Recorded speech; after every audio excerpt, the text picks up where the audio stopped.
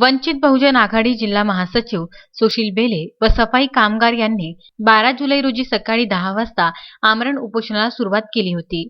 सर्व सफाई कामगारांना नियंत्रित रोजगार देण्यात यावा, तसेच मासिक वेतन नियमित व वेळेवर देण्यात यावे, मिळत असलेल्या वेतनामध्ये दरवर्षीप्रमाणे वाढ करण्यात यावी, या त्यांच्या मागण्या होत्या.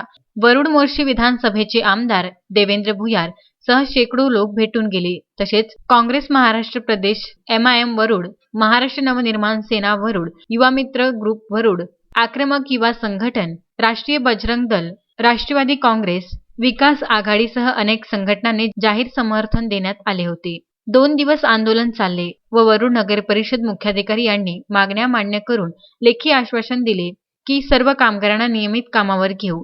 तरी 1 सप्टेंबर पासून सर्वांना कामावर घ्या, अन्यथा 2 सप्टेंबर रोजी गुरुवारला सकाळी 11 वाजता संपूर्ण आंदोलनकर्त्यांसह वरुड नगर परिषदेच्या बाजूला मराठी शाळेच्या प्रांगणात सुशील बेले अर्धी समाधी घेणार असं आवाहन सुशील बेले यांनी नगर परिषद मुख्याधिकारी यांना निवेदनामार्फत केले होते. त्यावेळी राहुल बिनातकर, कुणाल बेसरे, आकाश बेसरे, राज रगडे, रोहन गुर्वे, अभिजित शिंगारे, अनिकेत नरहरे सह सफाई कामगार व वंचित बहुजन आघाडीचे कार्यकर्ते व पदाधिकारी उपस्थित होते. रुपेश पांडे, विदर्भ न्यूज, वरुड.